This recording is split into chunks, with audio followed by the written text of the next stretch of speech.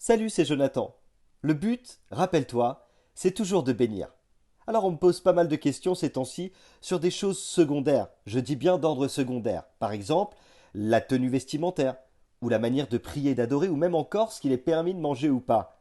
Et je crois que ce qui est important, c'est de bien comprendre qu'en fonction de l'environnement, de la culture ou de l'éducation, tout le monde ne voit pas les choses de la même manière. Et ce qui peut paraître totalement décent pour certains, peut être totalement indécent pour d'autres, et vice-versa. Alors comment faire? Certains diront oui, mais la Bible dit. Mais parfois, la Bible ne dit pas clairement certaines choses. Il y a des choses à prendre en compte et en considération, notamment la notion sociale, la notion culturelle et la notion temporelle, et c'est normal. Tout ne relève pas d'un commandement, mais parfois simplement du bon sens, en rappelant les bases, et les bases, c'est évidemment les valeurs de la vie en Christ. La Bible dit dans Romains chapitre 14 verset 17, en effet, le royaume de Dieu ce n'est pas le manger et le boire, mais la justice, la paix et la joie par le Saint-Esprit. Tu sais, c'est après avoir eu une discussion avec quelqu'un sur le potentiel que j'ai voulu partager ce message en particulier. Il y a parfois une règle, notamment dans le cadre de la tenue vestimentaire. Et la règle, c'est que tout se fasse avec bienséance et avec tact. Et puis, il y a aussi une autre notion importante, c'est d'être un sujet de bénédiction et non de scandale. Alors oui, que la Bible soit très claire ou pas, car il se peut parfois que concernant certains sujets d'ordre secondaire, tout ne soit pas très clair, et qu'il y ait un petit peu de zone de flou. Ça arrive.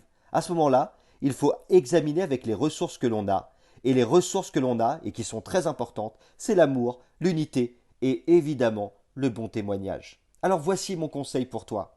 Si quelqu'un te dit que ta manière de t'habiller ne correspond pas, mais que toi dans ton cœur tu sais que ta tenue est correcte, eh bien fais preuve de beaucoup d'amour, car il y a parfois des consciences plus fortes et parfois des consciences plus faibles.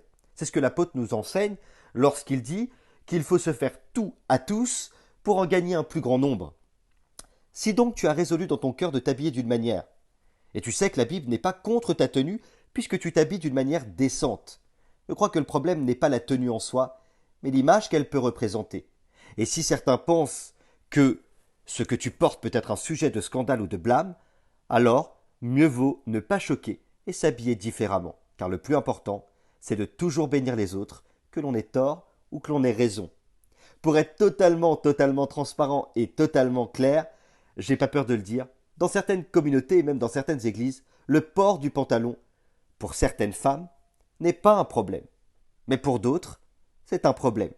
Et donc, il est important de bien considérer qu'au-delà du problème ou pas, l'important est de toujours bénir et de ne pas choquer. Le principal, c'est de ne pas être en scandale là où Dieu t'a placé et t'a établi. Alors si tu vois que dans certaines communautés ou dans certaines églises, ils permettent le port du pantalon et que ce n'est pas un problème, tant mieux. Mais si dans d'autres, et notamment dans celles où toi tu es établi, le pantalon est un problème, ou il peut être choquant ou un objet de scandale, même si tu sais dans ton cœur que ce n'est pas un problème pour Dieu, eh bien ça peut parfois être un problème pour les autres.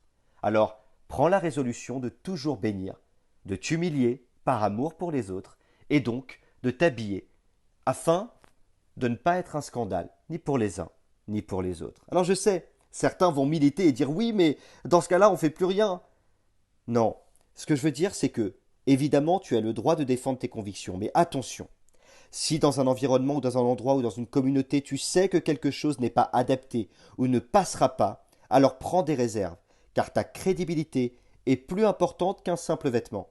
Tu es appelé à bénir, et pour bénir, il faut être entendu et écouté. Et ça passe aussi et surtout par le témoignage que l'on apporte. N'oublie pas, Dieu a mis son potentiel en toi.